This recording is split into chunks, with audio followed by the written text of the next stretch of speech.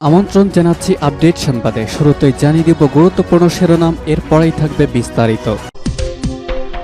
Israel ফিলিস্তিন যুদ্ধ চলছে, আর এই যুদ্ধের সর্বশেষ আন্তর্জাতিক আপডেট সংবাদ থাকবে। ইসরায়েল বিরোধী যুদ্ধে মাঠে নামল নতুন বাহিনী।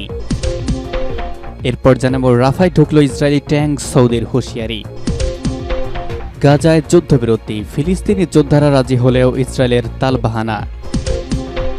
এবং থাকবে বিক্ষোভে উত্তাল যুক্তরাষ্ট্র, ইসরায়েল নিয়ে বড় সিদ্ধান্ত।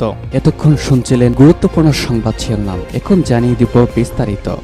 ইসরায়েল বিরোধী যুদ্ধে মাঠে নামল নতুন বাহিনী। ফিলিস্তিনের প্রতিরোধ যোদ্ধাদের মোকাবেলা করাটা যত সহজ ভেবেছিল নেতানিয়াহু প্রশাসন, ঠিক ততটাই কঠিন হয়ে দাঁড়িয়েছে পরিস্থিতি। যুদ্ধের শুরুতে ইসরায়েলি বন্দীদের মুক্তি ও হামাসকে সম্পূর্ণ নিশ্চিহ্ন করে দেওয়ার প্রত্যয় থাকলেও এখন ইসরায়েলি বাহিনীকে মোকাবেলা করতে হচ্ছে গাজার বাহিরের আরও বিভিন্ন যোদ্ধাদের। এর মধ্যেই ইসরায়েলের বিরুদ্ধে যুদ্ধে নেমেছে নতুন এক বাহিনী। বলা হচ্ছে নতুন এই বাহিনী শুধু ইসরায়েলকে নয়, বরং বিপদে ফেলবে মধ্যপ্রাচ্যে ইহুদিবাদী দেশটির এক ঘনিষ্ঠ মিত্রকেও। আন্তর্জাতিক গণমাধ্যমের প্রতিবেদনে বলা হয়, ফিলিস্তিনের গাজা উপত্যকায় চলমান গণহত্যা ও আগ্রাসনের বিরোধিতায় প্রথমবারের মতো ইসরায়েল বিরোধী যুদ্ধে যোগ দিয়েছে বাহরাইনের প্রতিরোধ গ্রুপ আল আশতার ব্রিগেড তথা এবি। এরই মধ্যে ইসরায়েলের দক্ষিণাঞ্চলেও এইলাদ বন্দরে নজিবিন হামলা চালিয়েছে তারা। এক বিবৃতিতে আল আশতার ব্রিগেড জানিয়েছে, গেল ২৭ এপ্রিল ইসরায়েলের এইলাদ বন্দরে ড্রোন ব্যবহার করে ওই হামলা চালানো হয়েছে। সংগঠনটি বলছে, ট্রাক নেট নামক যে কোম্পানি এইলাদ সমুদ্র বন্দর থেকে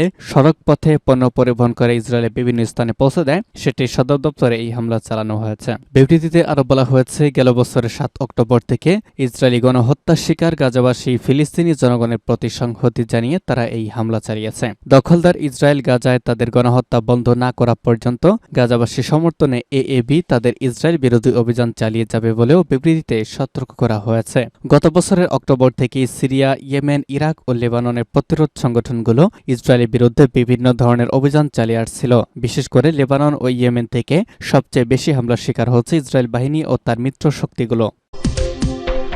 রাফায় ঢুকল ইসরায়েলি ট্যাঙ্ক, সৌদির হুঁশিয়ারি। কারোই কথা শুনছে না ইসরায়েলি প্রধানমন্ত্রী বেনিয়ামিন নেতানিয়াহু। ফিলিস্তিনের স্বাধীনতাকামী সংগঠন হামাসের সঙ্গে কোনো যুদ্ধবিরতি হয়নি দাবি করায় রাফায় অভিযান অনুমোদন দিয়েছেন তিনি। এরপরই রাতের অন্ধকারে রাফায় ঢুকে পড়ে ইসরায়েলি ট্যাঙ্ক। নাম প্রকাশে অনিচ্ছুক ফিলিস্তিন ও মিশরের কর্মকর্তারাও রাফায় ইসরায়েলি ট্যাঙ্ক ঢোকার তথ্য নিশ্চিত করেছে। মিশরের আল কাহেরা টেলিভিশনে দেশটির ভেতরকার সীমান্তের অংশের ফুটেজ সম্প্রচার করেছে। ওই ফুটেজে বন্দুকযুদ্ধ ও বিস্ফোরণের শব্দ শোনা গেছে। এছাড়া ট্যাঙ্ক এবং হেলিকপ্টারের শব্দ শুনতে পায় তারা। মিশরের একজন কর্মকর্তা জানিয়েছেন, দেখে মনে হচ্ছে স্বল্প পরিসরে অভিযান চালানো হবে। অভিযান শেষে সৈন্য প্রত্যাহারের বিষয়েও মিশরকে জানিয়েছে ইসরায়েল, যদিও এই বিষয়ে মুখ খোলেনি তেল আবিব। যুক্তরাষ্ট্র বিশ্বাস করে যে রাফায় বড় ধরনের অভিযান চালাবে না ইসরায়েল, তবে ইসরায়েলের পদক্ষেপ নিয়ে শঙ্কা প্রকাশ করেছে ওয়াশিংটন। বিশ্ব স্বাস্থ্য সংস্থার হিসাবে রাফায় বর্তমানে ১২ লাখ ফিলিস্তিনি রয়েছে, তবে ১ লাখ গাজাবাসীকে রাফা থেকে সরে যাওয়ার নির্দেশ দিয়েছে ইসরায়েল। তাই বড় ধরনের মানবিক বিপর্যয়ের আশঙ্কা করছে বিশ্ব সম্প্রদায়।